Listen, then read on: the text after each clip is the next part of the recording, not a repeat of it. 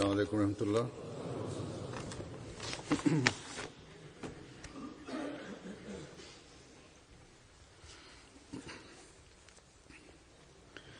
أشهد أن لا إله إلا الله وحده لا شريك له وأشهد أن محمدا عبده ورسوله أما بعد فأعوذ بالله من الشيطان الرجيم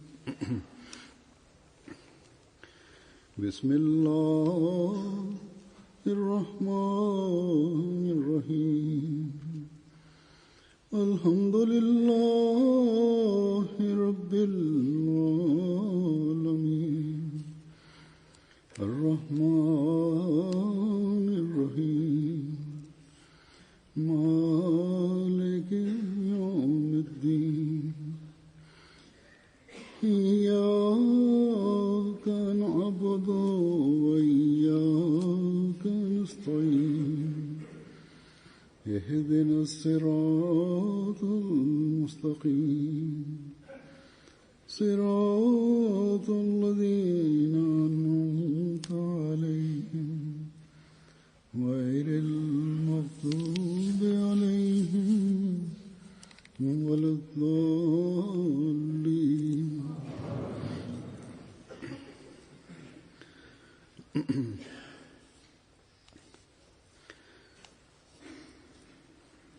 ये दिन कादियान में هذه الأيام هي أيام الجلسة السنوية في قاديان، حيث تبدأ الجلسة غدا. كذلك بدأت اليوم الجلسة السنوية لجماعتنا في أستراليا، وستبدأ الجلسة السنوية لجماعتنا في الساحل الغربي للولايات المتحدة بعد قليل، والفرق فرق في التوقيت المحلي فقط. ولعل جلسات سنوية أخرى أيضا ستعقد في بلاد أخرى، فأدعو الله تعالى أن يجعل هذه الجلسات كلها مباركة من كل النواحي ويحميها من الأشرار وشرورهم.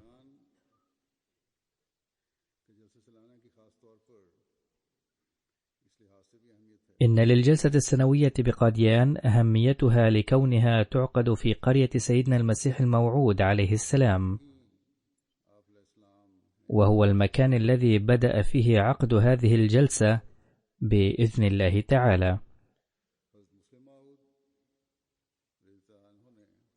لقد زودنا المصلح الموعود رضي الله عنه في خطباته وخطبه بمعلومات كثيرة عن زمن المسيح الموعود عليه السلام، بخصوص هذه الجلسة السنوية حين كانت الجماعة في بدايتها.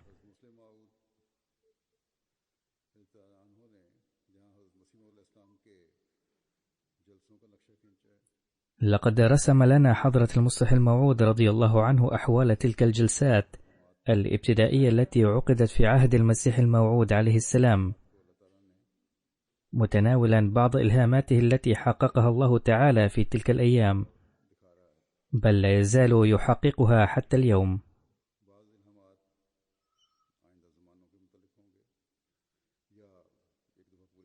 تتعلق بعض تلك الإلهامات بالأزمنة المقبلة، أو أنها قد تحققت مرة وستتحقق مرة أخرى. وسأقرأ على مسامعكم الآن أقوال المصلح الموعود رضي الله عنه بهذا الخصوص.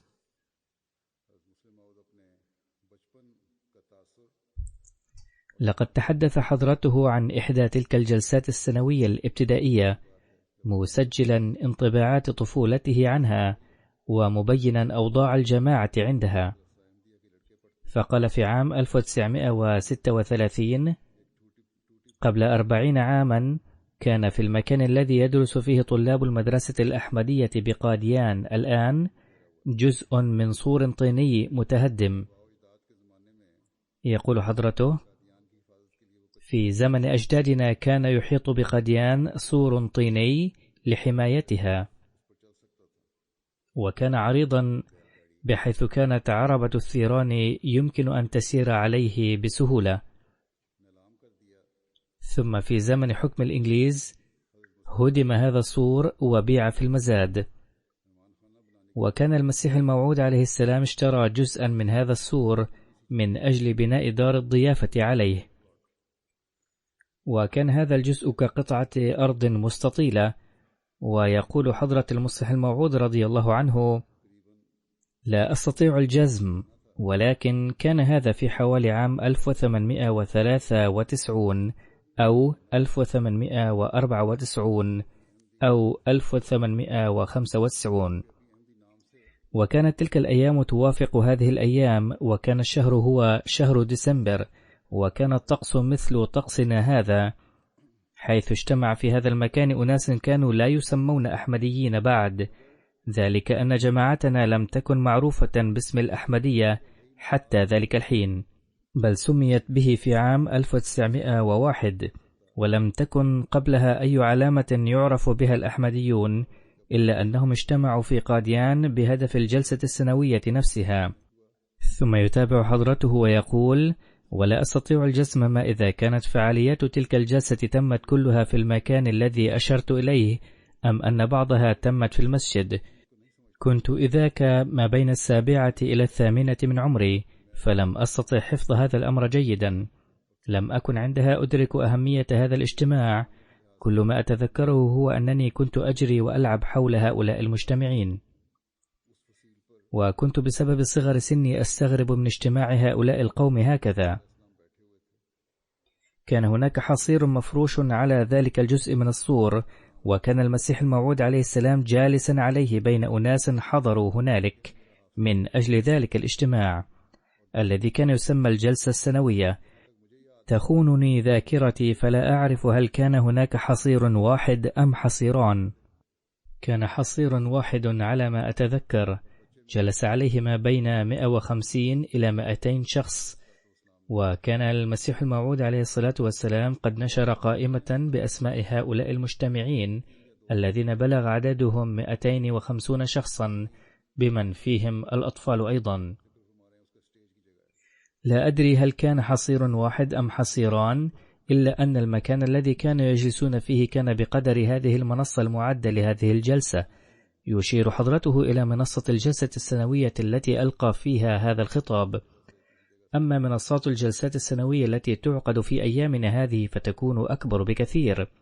ويتابع حضرة المصلح الموعود رضي الله عنه ويقول: لا أدري السبب، ولكن أتذكر جيدا أن ذلك الحصير المفروش نقل من مكانه 3 مرات، فأخذ مرة من مكانه وفرش في مكان آخر، ثم أخذ من هنالك وفرش في مكان ثالث، ثم حمل من هنالك وفرش في مكان أبعد قليلا. كنت صغير السن عندها، فلا أعلم ما إذا كان الحصير ينقل من مكان لآخر، لأن الناس كانوا يمنعون هؤلاء المجتمعين من الجلوس في ذلك المكان، قائلين بأنه لا يحق لكم فرش الحصير هنالك، أم كان هناك سبب آخر؟ أيا كان السبب، فإني أتذكر أن الحصير نقل من مكانه 3 مرات. أقول: لعل الإخوة الذين يشاركون في الجلسة السنوية بقاديان الآن لا يستطيعون تقدير أوضاع قاديان في ذلك الزمن، إذ قد تيسر لنا الآن لإقامة الجلسة السنوية بقاديان مكان واسع محاط بجدار مبني من الطوب واللبن، وقد سعى المسؤولون لتقديم المرافق للضيوف أكثر ما استطاعوا. لقد ظلت تجهيزات الجلسة تتوسع وتتوسع منذ عام 1936 الذي قال فيه المصلح الموعود رضي الله تعالى عنه هذا الكلام، حتى انقسام الهند إلى دولتين. وبعد الانقسام جاء على قاديان زمان حصر فيه الأحمديون في دار المسيح وبيوت قليلة حولها، ثم اضطر الجميع للهجرة من قاديان، ولم يبق فيها إلا بضع مئات. وكان هؤلاء الأحمديون القلائل أيضا ضعفاء جدا.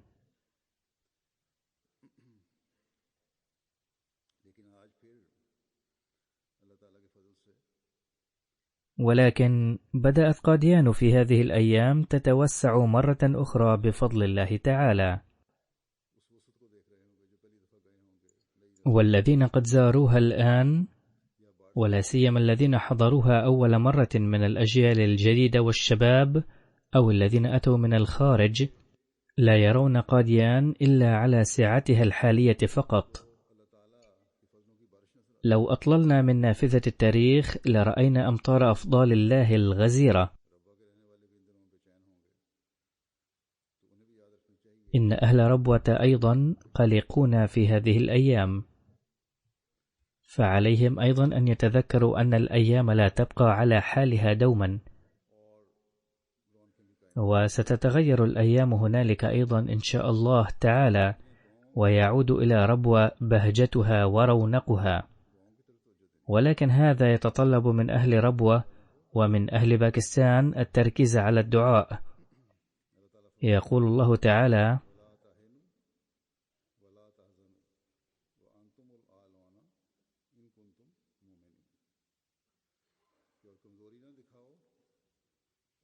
ولا تهنوا ولا تحزنوا وأنتم الأعلون إن كنتم مؤمنين.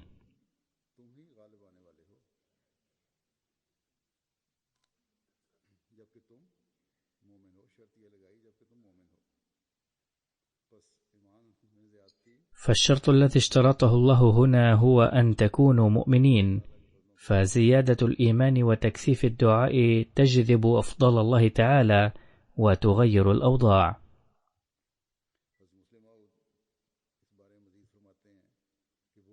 ويتابع حضرة المصلح الموعود رضي الله عنه ويقول: إن أولئك القوم الذين كانوا يمنعون من الجلوس في ذلك المكان فكانوا ينقلون الحصير من هنا إلى هناك، كانوا قد اجتمعوا هنالك لأنهم رأوا أن الإسلام في ضعف شديد، وأن أبناء الظلام والظلمات يسعون جاهدين لإطفاء ذلك النور الذي يستحيل أن يضيء العالم من دونه،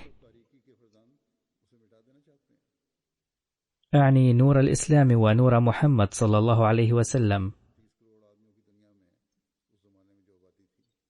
لقد اجتمع إزاء 1,300,000,000 من سكان العالم 250 تقريبا، وكان ثياب معظمهم بسيطة جدا، وكانت القلة منهم يمكن أن يعدوا من متوسطي الحال حتى بالنظر إلى الظروف المعيشية لأهل الهند أيضا، ولكنهم اجتمعوا بنية وعزيمة أنهم لن يدعوا العدو يخفض راية المصطفى صلى الله عليه وسلم، بل سيحملونها ويرفعونها خفاقة عالية، وسوف يموتون ولن يسمحوا لأحد أن يخفض هذه الراية.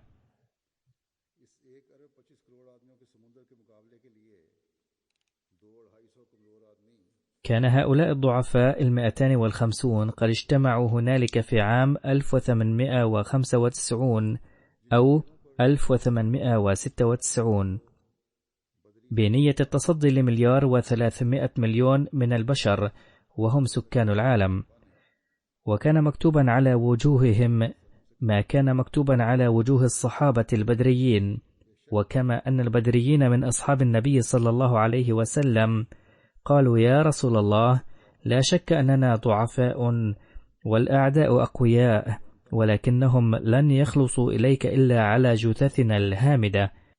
كذلك لم يكن هؤلاء المجتمعون في قاديان بشرا، بل كانوا موتا في ثياب البشر الأحياء، الذين كانوا اجتمعوا مصممين على بذل آخر محاولة لإرساء عزة المصطفى صلى الله عليه وسلم وتمكين دينه. كان من يرونهم يسخرون منهم، وكانوا يقولون مستغربين ماذا عسى أن ينجزه هؤلاء الحنف من الناس. يقول المصلح الموعود رضي الله عنه: أظن أن ذلك المكان سواء أكان يساوي حصيرا أو حصيرين كان بمساحة هذه المنصة، وكما قلت آنفا قد نقل الحصير من مكان إلى آخر 3 مرات، وإن كنت لا أدري سبب ذلك. يقول الناس بشأن قصة يوسف إنه لما جيء به إلى سوق مصر للبيع جاءت عجوز بطبتين صغيرتين من غزلها، آملة أن تشتري بهما يوسف.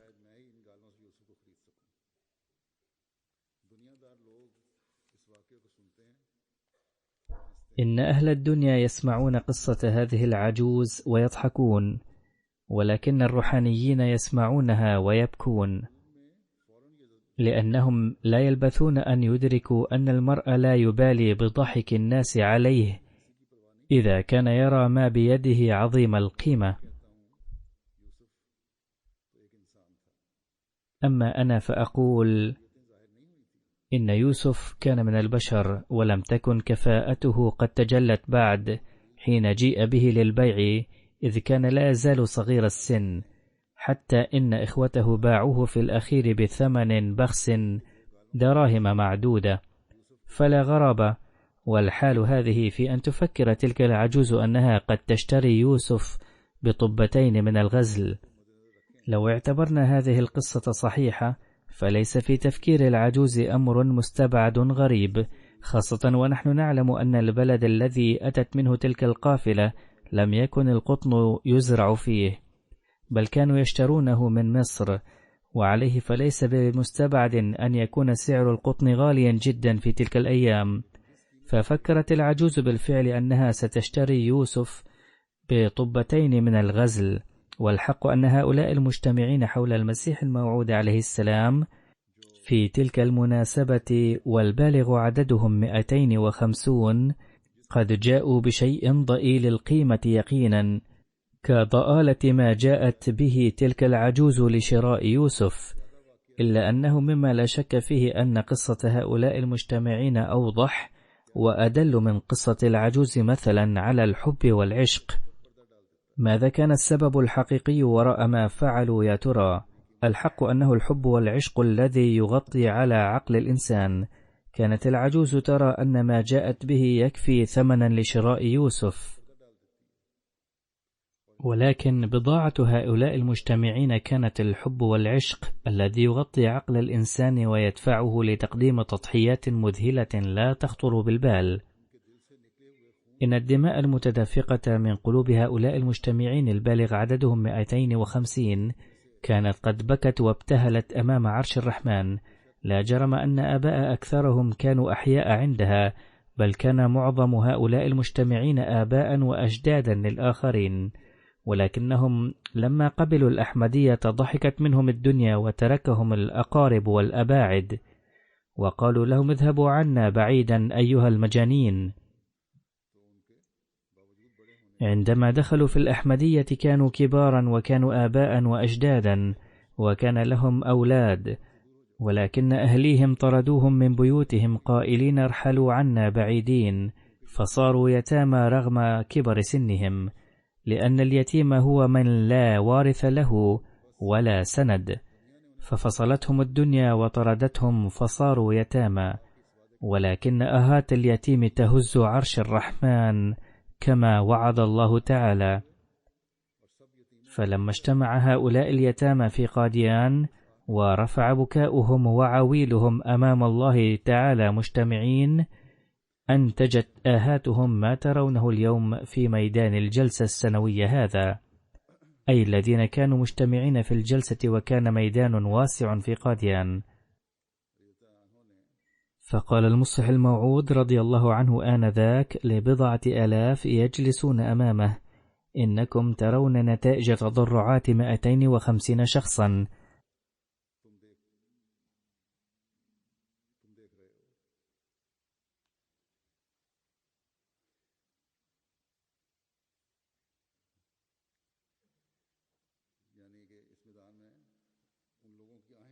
أي كان قد تضرع في هذا الميدان 250 شخصا ما أنتج، إلا أنكم جالسون في الميدان نفسه بقاديان بالآلاف.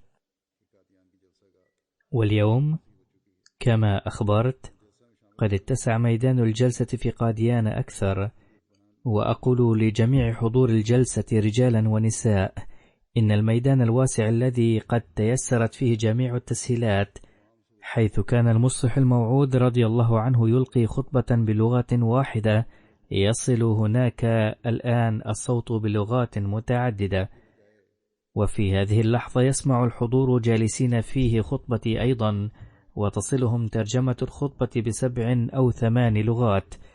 وحيث يجلس الآن أناس من أمم مختلفة، وحيث يجلس أيضا الأحمديون الباكستانيون المحرومون من حقوقهم، يجب أن يولد جميع هؤلاء الناس في أنفسهم الإيمان والإخلاص والتعلق بالله تعالى، وحماسا كان يتحلى به أولئك 250 شخصا والذين ضرب المصلح الموعود رضي الله عنه مثالهم.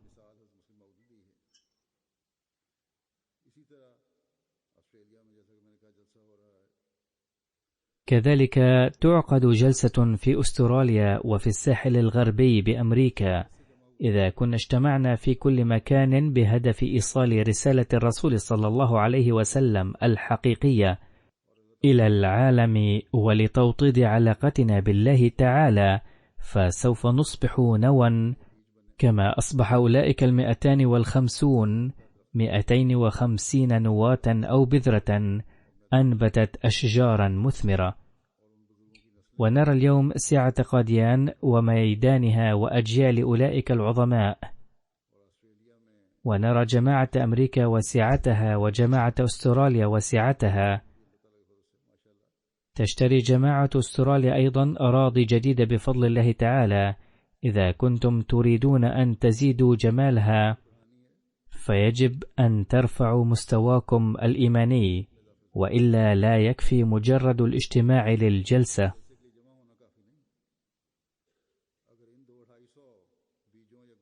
إذا أظهرت 250 بذرة أو نواة تأثيرها، فاليوم من واجبنا أن نزداد إيمانا لكي يتقدم هذا العمل إلى الأمام. حينها ستكون لنا الغلبة بحسب الوعد الإلهي إن شاء الله.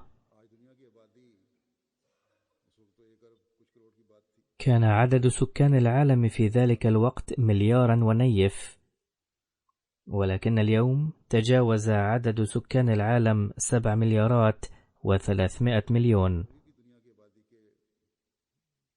وعددنا لا يزال قليلا جدا مقابل سكان العالم، ووسائلنا بسيطة للغاية، ولكن علينا أن نعمل الأعمال نفسها التي عملها أجدادنا.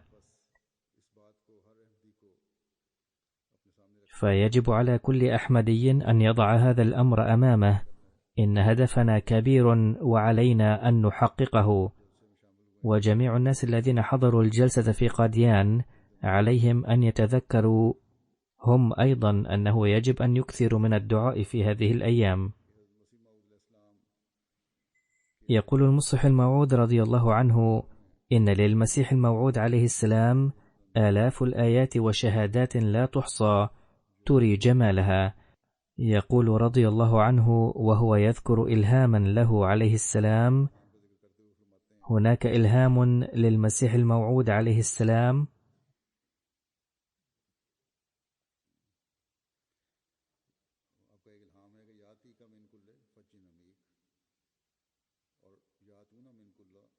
يأتيك من كل فج عميق، يأتون من كل فج عميق، أي سيأتي إليك الناس من أماكن بعيدة، وستأتيك هدايا من أماكن بعيدة، وستهيأ أسباب للضيافة، وسيأتيك الناس بكثرة لدرجة تصبح تلك الطرق التي يأتي بها الناس عميقة. يقول رضي الله عنه: هذه الآية عظيمة. وماذا كانت حالة قاديان عندما أخبر الله تعالى بهذه الآية؟ والذين رأوا تلك الحالة ما زالوا موجودين. يقول رضي الله عنه: كنت صغير السن ولكنني لا أزال أتذكر ذلك المشهد، حيث توجد الآن مدرسة كان هناك مستنقع وأكداس من الزبالة والنفاية، ولم يكن الناس يذهبون مكان المدرسة في النهار ظانين أنه مسكن الجن. أولا لم يكن يذهب هناك أحد، وإن ذهب فليس وحده بل برفقة 2 أو 3 أشخاص. لأنهم كانوا يعتقدون بأن الذهاب هناك يؤدي إلى ركوب الجن، بغض النظر عن حقيقة ركوب الجن من عدمه، فإن ذلك المكان كان خرابا. ومن البديهي أن الناس يظنون عن مثل هذه الأماكن الخربة نفسها أن الذهاب إليها يؤدي إلى تلبس الجن. ثم يقول رضي الله عنه: لم أجرب أنا نفسي، ولكن كثيرا من الناس يقولون حتى العثور على الطحين ب3 روبيات من هنا كان مستحيلا. بالنهاية كانت هي قرية، وكان العيش على الزراعة، وكان الناس يطحنون الحنطة بأنفسهم لحاجتهم. يقول رضي الله عنه: ما أتذكره هو أننا كلما احتجنا لشيء كان المسيح الموعود عليه السلام يرسل شخصا إلى لاهور أو أمرتسر ليحضر ذلك الشيء. أما الرجال فما كانوا يأتون هذه الجهة. قد يأتي ضيف مع موكب العريس إلى هذه القرية، ولكن عموما لم يكن يأتي أحد. أتذكر تلك الأيام أيضا إذ كنت صغيرا، وكان المسيح الموعود عليه السلام يأخذني معه، وأتذكر أنه كان موسم الأمطار، وكان الماء راكدا في بركة صغيرة لم أستطع أن أتخطاها، فحملوني وأرسلوني إلى الأمام. تارة كان الشيخ حامد علي يحملني، وأخرى حضرته عليه السلام بنفسه. لم يكن هناك ضيف حينها ولا هذا المنزل، ولم يكن أي تطور، ولكن ذلك الزمن كان فيه شيء من التطور أيضا، لأن الحافظ حامد علي كان قد جاء آنذاك. وحتى قبل ذلك عندما لم يكن أحد يعرف المسيح الموعود عليه السلام، وعده الله تعالى أن الناس من أماكن بعيدة سيأتون إليك، وستأتي الهدايا من مناطق نائية. ونظرا إلى حالة ذلك الزمن يمكن أن يبين وعد الله تعالى بالكلمات التالية: أن يا أيها الشخص الذي لا يعرفه حتى أفراد الحارة، والذي لا يعرفه أناس من مدن أخرى، والذي يظن الناس بسبب حالة خموله أن ميرزا غلام قادر هو الابن الوحيد لوالده.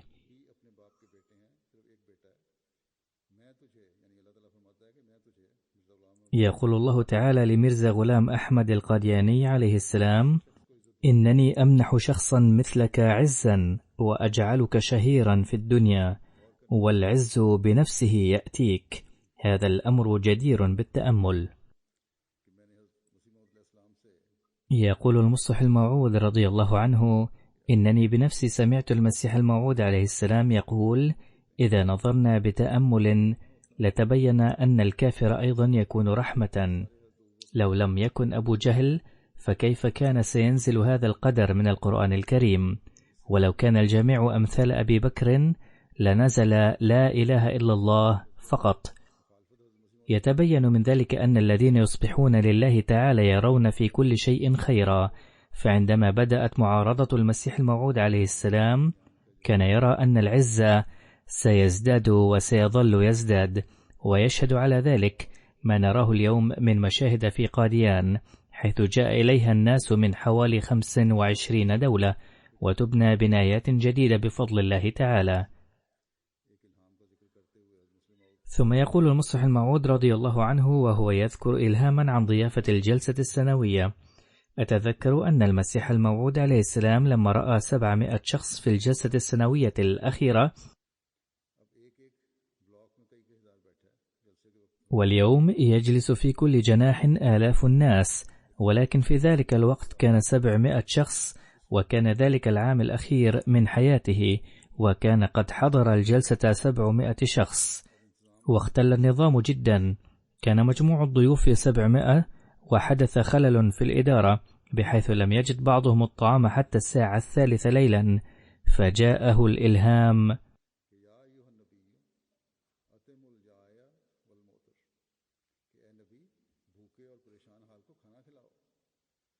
يا أيها النبي أطعموا الجائع والمعتر.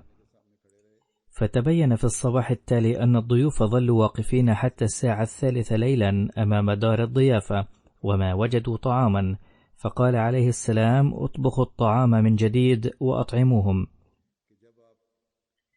لاحظوا، هذه كانت حالة حين جاء 700 شخص، ولكن كان حال هؤلاء أن المسيح الموعود عليه السلام عندما كان يخرج للتنزه فكان 700 شخص يرافقه، وكان الازدحام كبيرا، ولم يكن الحضور المساكين قد شهدوا مثل هذا المشهد قط، وما كان يرى الناس حتى 200 شخص مجتمعا حول أي مرشد روحاني. ربما يذهبون في المهرجانات، ولكن لا يذهبون للمشاهد الروحانية. يقول رضي الله عنه: لذا كان ذلك شيئا غريبا لهم، كانوا يتدافعون، وكلما كان المسيح الموعود عليه السلام يمشي خطوة كان الحذاء يخرج من قدمه نتيجة التعثر بسبب الازدحام، فكان أحد الأحمديين يوقفه عليه السلام قائلا: سيدي أرجو أن تنتعل الحذاء، ويدخل الحذاء في قدمه عليه السلام، ثم كان يمشي فيتعثر، ثم يقول له أحد: سيدي أرجو أن تقف حتى ألبسك الحذاء، وهكذا يستمر الوضع. هذه كانت الحالة أثناء التنزه برفقة الناس. قال إقطاعي أحمدي مخلص لصديقه الإقطاعي الأحمدي باللغة البنجابية: هل صافحت المسيح الموعود عليه السلام؟ فقال: هناك ازدحام كبير، فلا توجد فرصة للمصافحة لأن الناس لا يدعون أحدا يقترب منه عليه السلام. متى تجد هذه الفرصة مرة أخرى؟ فحتى لو مزق جسمك إربا فعليك أن تخرق حشد الناس وتصافح. أين ذلك الوقت الذي رأيناه بأم أعيننا، وأين هذا الوقت الذي نرى فيه بأم أعيننا آلاف الناس؟ فتدبير الطعام ل700 شخص في وقت واحد كان قد أصبح صعبا، فوقف المسيح الموعود عليه السلام بنفسه لتدبير الطعام، وكانت المصافحة أمرا صعبا. واليوم يرى مشهد تأييد الله تعالى للمسيح الموعود عليه السلام، بحيث اجتمع في قاديان بفضل الله تعالى آلاف الناس من مختلفة، وتحضر أطعمة وفق مذاقهم، وتتم الضيافة أيضا، وهذا ما يحدث في الجلسات الأخرى في باقي العالم أيضا.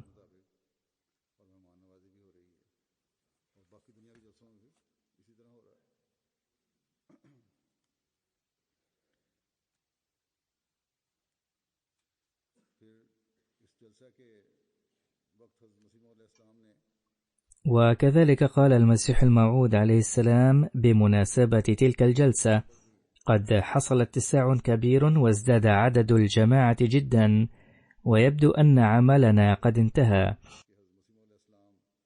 يقول المصلح الموعود رضي الله عنه: أتذكر عدد الناس الذين اجتمعوا في قاديان بمناسبة الجلسة السنوية في آخر سنة من حياة المسيح الموعود عليه السلام. كما ذكر آنفا، كان المسيح الموعود عليه السلام يقول مرارا آنذاك: قد تم ما أرسلنا الله تعالى من أجله في الدنيا، والآن أصبحت الجماعة كبيرة لهذا الحد، وقد آمن الناس بهذه الكثرة، بحيث نحسب أن هدف مجيئنا إلى الدنيا قد تحقق. ففي يوم كان يعد هذا الازدحام في أيام الجلسة عظيما جدا، أما اليوم، يقول المصلح الموعود، ففي مسجد واحد في لاهور يجتمع هذا العدد من الأحمديين تقريبا لصلاة الجمعة. أما اليوم فيجتمع الآلاف في المساجد. فهنا في لندن، كما تكلمت عن هذا من قبل مرة أيضا، يجلس ألوف من الناس الآن، فهذه آية عظيمة لنصرة الله وتأييده. والجماعات التي تحالفها نصرة الله تنمو وتزدهر هكذا، وتصبح أشواكا في عيون الأعداء، ويتمادى الأعداء عداء وحسدا، لكن قدر الله يأبى إلا أن يتحقق. ورغم أنظار الأعداء الحاسدة، ينمي الله تعالى جماعته باستمرار، ويمكنها من التقدم والازدهار. ولا شك أن هذا الأمر بحد ذاته جالب الفرحة العظيمة لنا، إلا أنه في الوقت نفسه ينبهنا إلى واجباتنا ومسؤولياتنا أيضا.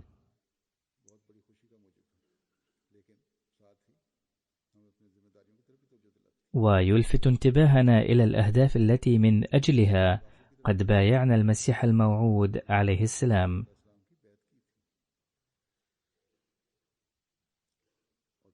ثم انظروا أنه ليس في الهند وباكستان فحسب، بل تنمو الجماعة وتقطع أشواط التقدم والرقي في أكثر من 200 بلد، كما يتنامى حسد الحساد أيضا.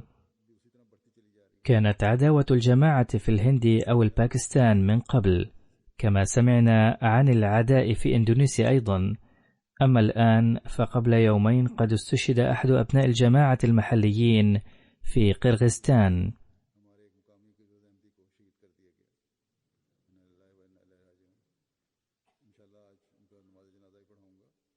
إنا لله وإنا إليه راجعون. فاليوم سوف أصلي عليه صلاة الغائب أيضا إن شاء الله. كما وصلنا الخبر قبل قليل من بنغلاديش أن الأحمديين كانوا يصلون صلاة الجمعة في مسجد في إحدى المدن، حيث حدث انفجار فيه، ويبدو أن أحد الإرهابيين فجر نفسه وأصيب بعض الأحمديين بجروح. سيصل التقرير الكامل لاحقا.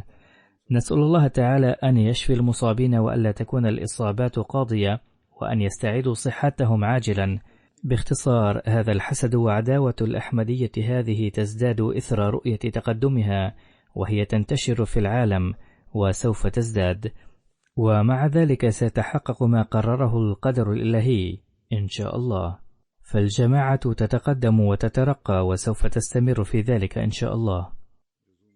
هناك إلهام للمسيح الموعود عليه السلام ذو معنى، ولا نستطيع أن نحدد له معنى معينا، ولا نعرف متى وكيف يتحقق. وذلك الإلهام لنجر أتهادو، أي يرفع لنجر. يقول المصلح الموعود رضي الله عنه: يمكن أن يكون المراد من لنجر هو المرساة التي تلقى في البحر لإيقاف السفن، فسيكون المعنى أن يرفعوا المرساة، أي تحركوا واخرجوا في العالم وانشروا رسالة الله في كل مكان. أما إذا كان المراد من لنجر هو المائدة والضيافة، فسيكون المعنى أن عدد الضيوف قد ازداد لدرجة لم يعد ممكنا توفير الطعام لهم جميعا تحت نظام الضيافة. لذا ارفعوا المائدة وقولوا للناس أن يدبروا طعامهم وسكنهم بأنفسهم. فلا نستطيع تحديد أي من هذين المفهومين، ولا نستطيع تحديد موعده أيضا. على كل حال، ما دام الإنسان قادرا على استضافة الضيوف فقد أمرنا: وسع مكانك، أي أكثروا أماكنكم وأفسحوا المجال للضيوف. فللعمل بهذا التوجيه الرباني يجب على الجماعة في قاديان على الأقل، وعلى الفروع الأخرى للجماعة في العالم أيضا، أن تسعى على الدوام لتأمين السكن الدائم والمؤقت. فاستجابة لإلهام المسيح الموعود عليه السلام، قد حصل توسع كبير في السكن في قاديان بفضل الله تعالى، حيث بنيت دور الضيافة الحديثة وتهيأ السهولة للضيوف قدر الإمكان. مع ذلك لا يجد الضيوف فيها ما يجدونه في بيوتهم، لذا يجب على الضيوف أيضا أن يضعوا في الحسبان أن السهولة التي هيئت لهم عليهم أن يشكروا الله عليها، وبحسب ذلك يحقق الهدف الحقيقي من حضور الجلسة، ولا ينظر فقط إلى الضيافة والمرافق الأخرى.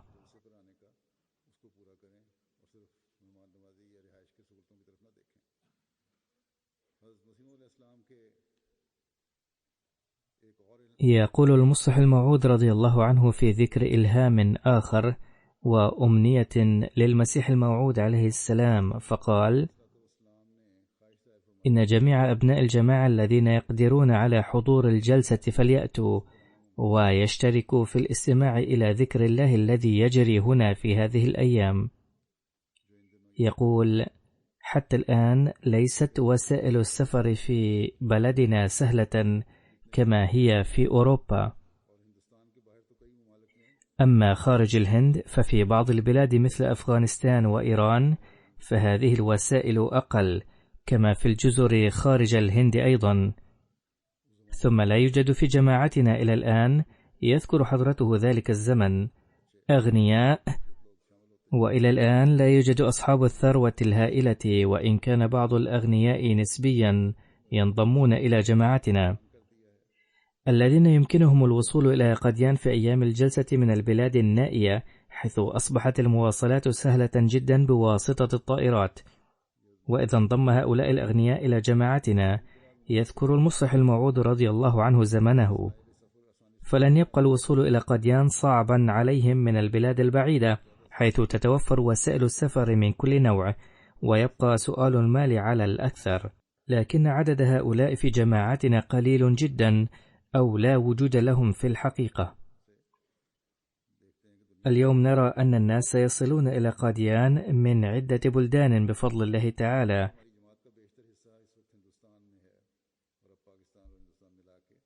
إن غالبية الأحمديين الآن في الهند، والآن من باكستان والهند معا يمكن أن يصل إلى قاديان عدد لا بأس به من الرجال. يقول حضرته: كثيرون في العالم يتهاونون عند بدء التقدم، وهذا ما يدعو إلى التدبر والاهتمام، ويحسبون أن عددهم كثر. لكنني أود أن أخبر أمثال هؤلاء أن كل من يستطيع الوصول إلى قاديان بمناسبة الجلسة السنوية إذا تقاعس عن الحضور إلى هنا فهذا سيؤثر حتما في أولاده والجيران أيضا. لقد لاحظت أن الأحبة الذين يأتون إلى قاديان مرة واحدة في السنة بمناسبة الجلسة ويصطحبون أفراد الأسرة أيضا تبقى الأحمدية في أولادهم. صحيح أن هؤلاء الأولاد غير مطلعين جيدا على تعاليم الجماعة، لكنهم يطلبون دوما من آبائهم أن يأخذوهم إلى قاديان للنزهة، وبذلك تترسخ الأحمدية في قلوبهم منذ الصغر، وعندما يكبرون يتمكنون من تقديم أروع نموذج للتمسك بالأحمدية. ثم من ناحية تفكير الأولاد يؤثر الاجتماع في الجلسة كثيرا فيهم، فالطفل يتأثر كثيرا دوما من الأشياء غير العادية والحشد، وبحضور الجلسة لا يلاحظ مشهدا دينيا فحسب، بل يتمتع من ناحية طبعه المحب للجديد، ويصبح هذا الاجتماع مشهدا ممتعا يتذكره على الدوام. فالذين يطيقون السفر إلى قاديان يجب عليهم أن يفعلوا ذلك، لكن في الوقت نفسه يجب عليهم حضور جلسات المحلية في بلادهم أيضا حتما. قال حضرته: فالآباء الذين يأتون إلى هنا يولدون في قلوب أولادهم أيضا رغبة في الحضور إلى هنا، ويوما من الأيام يدفعهم إصرار الأولاد إلى أن يأخذوهم أيضا للجلسة، ومن ثم يخطون خطوة ثانية ذكرتها آنفا. فالذين يهملون حضور قاديان في هذه الأيام لعذر يمكن إزالته وتداركه فلا يعصون أمرا من الأوامر فحسب، بل هم يظلمون أولادهم أيضا. فعلى الأحمديين في الهند أن يبذلوا قصارى جهدهم لحضور قاديان. قال حضرته: الحقيقة أنه إلى الآن لم ينضم إلى جماعتنا أثرياء، ووسائل السفر للتنقل من مكان إلى مكان تتطلب نفقات لا يتحملها الأحمديون المقيمون خارج الهند ليصلوا إلى قاديان في هذه الأيام، لكنه بفضل الله إذا انضم إلى جماعتنا كبار الأثرياء أو خفت نفقات السفر وتوفرت أنواع السهولة للناس، فسوف يأتي الناس إلى هنا بهذه المناسبة من كل بقاع العالم. قبل 60 سنة من اليوم كان يبدو صعبا جدا أن يصل الناس إلى قاديان من البلاد الأجنبية، لكننا حين نلاحظ اليوم نرى فضل الله عظيما من هذا المنطلق.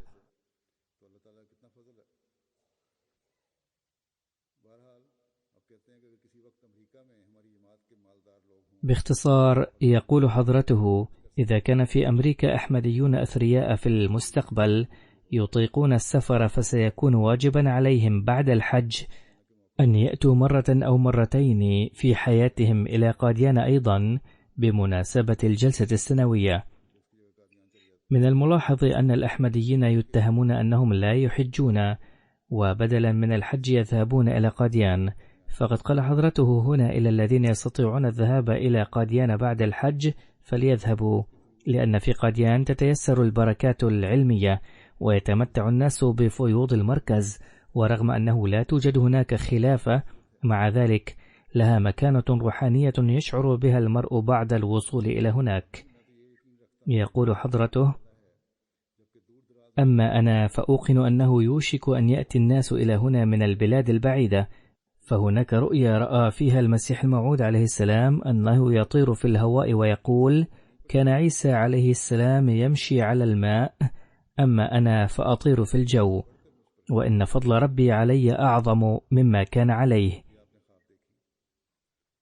ففي ضوء هذه الرؤية أعتقد أن الزمن قريب حين تصل الأخبار في أيام الجلسة بعد فترات قصيرة أن كذا من الطائرات قد هبطت من البلد الفلاني، كما كانت تحدث الحفر على الشوارع في زمن مضى بسبب العربات، ثم كانت تحدث بسبب حركة مرور السيارات، والآن تقل الطائرات الركاب إلى قاديان. هذه الأمور غريبة في أنظار أهل الدنيا، لكنها ليست غريبة في نظر الله.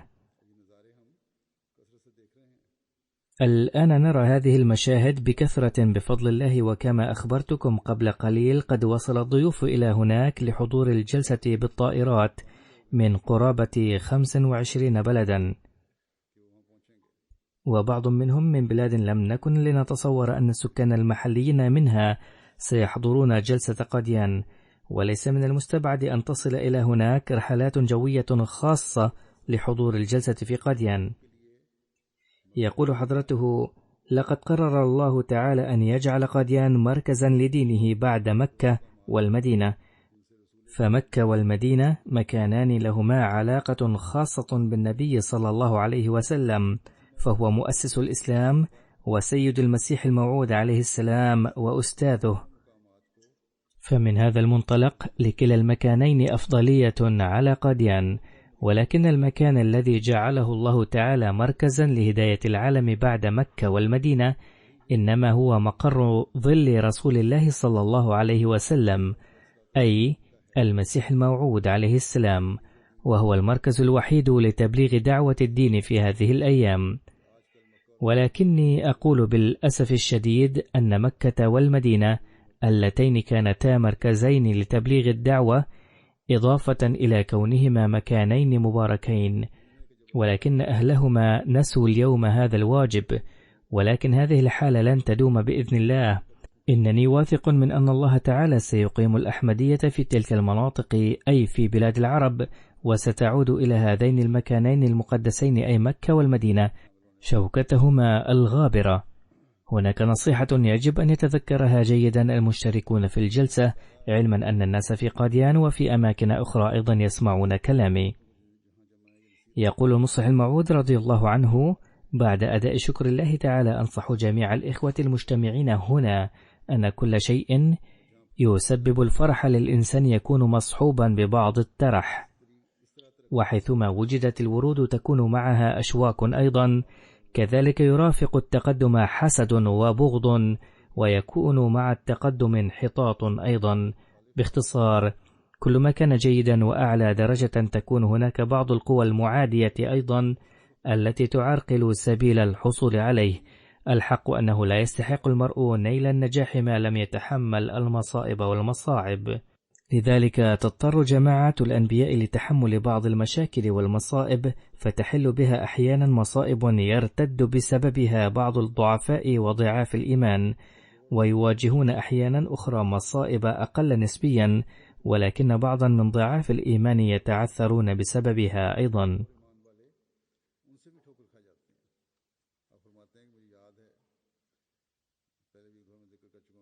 يتابع رضي الله عنه ويقول: أذكر جيدا وقد ذكرته أيضا من قبل أن ضيفا جاء ذات مرة من بشاور إلى قاديان، وكان المسيح الموعود عليه السلام في ذلك الزمن يجلس في المسجد بعد صلاة المغرب فيقابله الضيوف هناك. وكما قلت أن أتباع الأنبياء يكنون لهم حبا وإخلاصا بوجه خاص، فكأنهم لا يرون شيئا بعد رؤيتهم النبي ولا يبالون بشيء.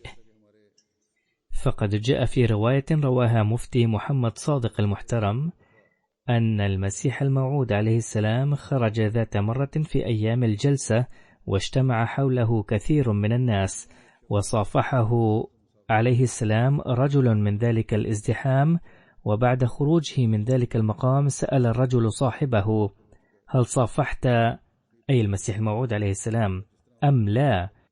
كما قلت من قبل أن الازدحام كان كبيرا، وبالتالي لم يكن ممكنا لكل واحد أن يجد فرصة المصافحة، فقال له: عليك أن تصافح مهما كلفك الأمر ولو مزقت عظامك، لأن المرء لا يجد مثل هذه الفرص كل يوم. فذهب الرجل وصافح المسيح الموعود عليه السلام. باختصار، يتولد في قلب الإنسان حماس من نوع غريب برؤية النبي، ويكون الحماس واسع النطاق لدرجة يهيج برؤية خدام النبي أيضا.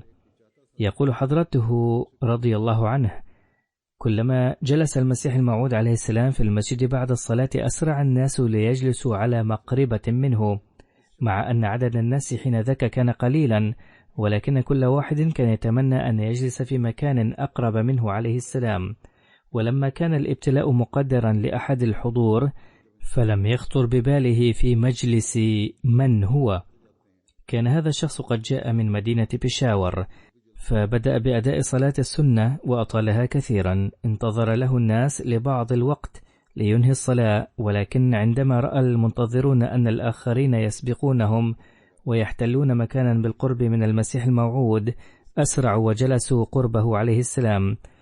فبسبب مرورهم بسرعة أصابت مرفق أحد شخصا كان يصلي صلاة السنة، فاستشاط بذلك غضبا وقال: أي نوع من النبي والمسيح الموعود هو، إذ يضرب جالسوه المصلين؟ فارتد على ذلك وانصرف من هنالك. إذن الشيء الذي يكون مدعاة لزيادة الإيمان، أو يمكن أن يكون كذلك، صار سببا لعثاره. فكان مثله كمثل جماعة يقول الله تعالى عنهم أنه كلما جاء نور يتلاشى نورهم. يقول المصلح الموعود رضي الله عنه: أنصح القادمين إلى قاديان للجلسة أنه لو واجهتهم بعض المشاكل بسبب كثرة الناس وقلة العاملين فلا تقلقوا ولا تتعثروا. يجب أن تتذكروا هذه النصيحة دائما، سواء أكانت الجلسة هنا أو في مكان آخر، واعلموا أن المضيفين يبذلون قصارى جهدهم في تقديم الضيافة على أحسن ما يرام، ولكن مع ذلك تبقى بعض النقائص، فيجب على القادمين للاشتراك في الجلسة في قاديان أو في أي مكان آخر أن يتذكروا أنهم إذا واجهوا بعض المشاكل من ناحية إدارة النظام والأمور يجب أن يتحملوها ببشاشة، وألا يجعلوها مدعاة لضياع الإيمان. ندعو الله تعالى أن تمر أيام الجلسة في قاديان وأيام الجلسات الأخرى أيضا حاملة في طياتها بركات الله وأفضاله، وأن تجذب كل جلسة أفضل الله تعالى وبركاته، ويرث جميع المشتركين فيها أدعية المسيح الموعود عليه السلام. ويجب أن يكثر المشتركون بأنفسهم أيضا من الدعاء. كما قلت من قبل بأن أخا أحمديا قد استشهد في 1:52 بتاريخ 22 من ديسمبر في قرغستان التي كانت ولاية روسية من قبل. كان اسم الشهيد يونس عبد الجليلوف.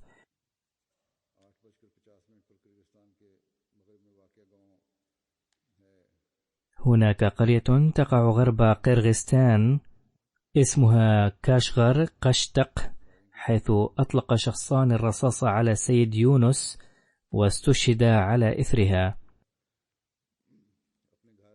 إنا لله وإنا إليه راجعون. كان الشهيد واقفا مع جاره خارج البيت إذ جاء شخصان في سيارة وبدأا بإطلاق الرصاص، وأطلقا 12 رصاصا. نفذت 7 رصاصات من جسم الشهيد، واستقرت رصاصتان في جسمه. لم يطلق المهاجمان الرصاص على جار السيد يونس الشهيد الذي كان واقفا معه، بل جعل السيد يونس وحده عرضة لهذا، ثم ولا هاربين. نقل الشهيد إلى المستشفى فورا، ولكنه لفظ أنفاسه هناك. إن لله وإنا إليه راجعون. والد الشهيد وأخوته ليسوا أحمديين. طلب أقاربه من أحد المشايخ من معارفهم أن يصلي عليه الجنازة. الأحمديون لم يستطيعوا الوصول إلى هناك في ذلك الوقت. على أي حال، اشترك الشيخ في صلاة الجنازة وقال بأن الشهيد قتل ظلما، وبأننا جميعا عباد الله وقتل عبد من عباد الله. على هذا النحو ينافي تعاليم الإسلام. ثم عندما وصل أفراد الجماعة الأحمدية هنالك فيما بعد صلوا عليه صلاة الغائب في بيته. كان هناك خطر أن المشايخ قد يثيرون ضجة لكون الشهيد أحمديا، لأنه كان يواجه بعض المعارضة، وقد لا يسمحون أن يدفن الشهيد في المقبرة، ولكن تمت مراسم الدفن بأمن وسلام بفضل الله تعالى. ثم جاء هنالك رجال الشرطة من فرع التحقيق في الجرائم وأخذوا بعض أفراد الجماعة إلى المخفر، وقد أعطوا الشرطة معلومات بالتفصيل وأخبروهم عن الجماعة الإسلامية الأحمدية، فاستغرب رجال الشرطة بسماع كلامهم وقالوا: كنا قد سمعنا عنكم شيئا آخر تماما.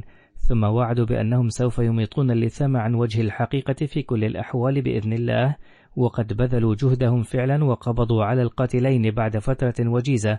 وكان رأي الشرطة أن لهؤلاء القتلة علاقة بالإرهابيين في سوريا، وقد أخبر هؤلاء القتلة الشرطة أن واحدا منهم سافر إلى سوريا، وهو الذي أمرهم بقتل 4 أفراد من الأحمديين هنا. وقد سبق أن هجم أحد الأحمديين بالسكاكين وضرب بقضيب حديدي وكسرت بعض عظامه حتى تركه المعتدون شبه ميت، ولكن الله أنقذ حياته بفضله. هذا الحادث يعود إلى 2 أو 3 أشهر أو ربما إلا 6 أشهر مضت، وقد شفاه الله تعالى وهو سليم معاف الآن بفضل الله تعالى. أما هنا فقد نجح المهاجمون في قتل هذا الشهيد، ندعو الله تعالى أن يرفع درجاته.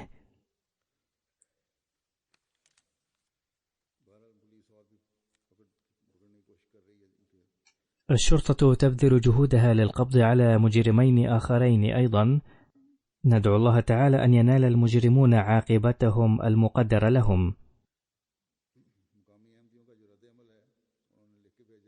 فيما يتعلق بردة فعل الأحمديين المحليين، فقد كتبوا إلي قائلين بأن أفراد الجماعة في كاشغر محزونون جدا على استشهاد السيد يونس على هذا النحو، وأضافوا وقالوا بأننا لا نخاف شيئا، فبعد هذه الشهادة أيضا سوف نستمر في نشر دعوة المسيح الموعود سيدنا ميرزا غلام أحمد عليه السلام، الذي جاء بحسب نبوءة سيدنا رسول الله صلى الله عليه وسلم، فإنهم أقوياء الإيمان جدا بفضل الله تعالى.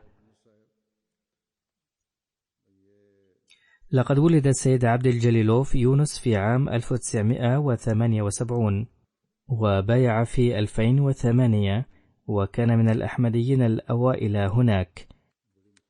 واجه معارضة شديدة من قبل أقاربه، ولكنه بقي صامدا على عهد البيعة. لقد حدثت فيه تغير روحاني غير عادي، فكان يتحرى العلوم الدينية دائما، ومن هذا المنطلق كان على تواصل دائم مع الدعاة، وكلما تعلم شيئا دينيا جديدا سر به جدا. كان ملتزما بالصلوات الخمس. كان وقت الاستشهاد يخدم سكرتيرا عاما في الجماعة المحلية. كان عضوا نشيطا في الجماعة، ترك وراءه أرملته و3 بنات وابنا. ابنته الكبرى تبلغ 9 سنوات، والبنت الثانية تبلغ 6 سنوات، والثالثة 3 سنوات. أصغر أولاد شهيدي هو ابنه الذي يبلغ من العمر 3 أشهر. يقول داعيتنا الذي مكث هناك: كان الشهيد يونس أحمديا وحيدا في عائلته، ثم بايعت زوجته بعده. كان إنسانا طيبا وأحمديا مخلصا جدا، كان يحب المسيح الموعود عليه السلام والخلافة إلى درجة العشق، كان يبتسم دائما، كان دمث الأخلاق وبشوش الوجه، كان مولعا بتعلم الدين وتبليغ دعوته، كانت صلواته تتسم بالخشوع والخضوع، كان يفكر دائما في تقدم الجماعة في قرغيزستان ويدعو لها كثيرا، كان يحترم ممثلي الجماعة ودعاتها ويحبهم كثيرا. عندما اضطر بعض الدعاة إلى مغادرة البلاد بسبب عوائق قانونية، حزن الشهيد كثيرا على اضطرارهم إلى مغادرة البلاد. هو أول شهيد أخرق دمه في أرض روسيا. كانت هذه المنطقة روسيا سابقا، أما الآن فهي قرغيزستان، في سبيل الأحمدية أي الإسلام الحقيقي. ندعو الله تعالى أن يرفع درجاته باستمرار، وأن تكون كل قطرة من دمه مدعاة لإدخال أرواح سعيدة وصالحة في الجماعة الأحمدية. رفع الله درجاته وتكفل أولاده وزادهم إيمانا ويقينا دائما. وكما قلت من قبل، سأصلي عليه صلاة الغائب بإذن الله بعد صلاة الجمعة.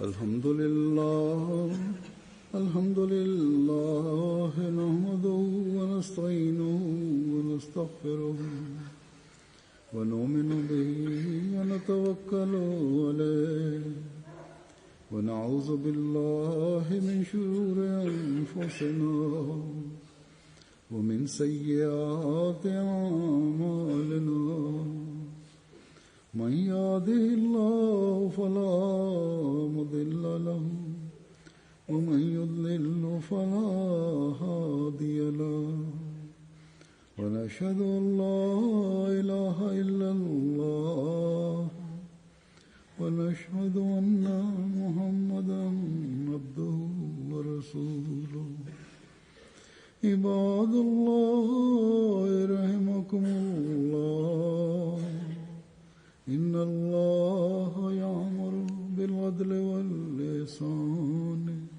وإيتاء ذي القربى وينهى عن الفحشاء والمنكر والبغي يعظكم لعلكم تذكرون اذكروا الله يذكركم وادعوه يستجب لكم ولذكر الله أكبر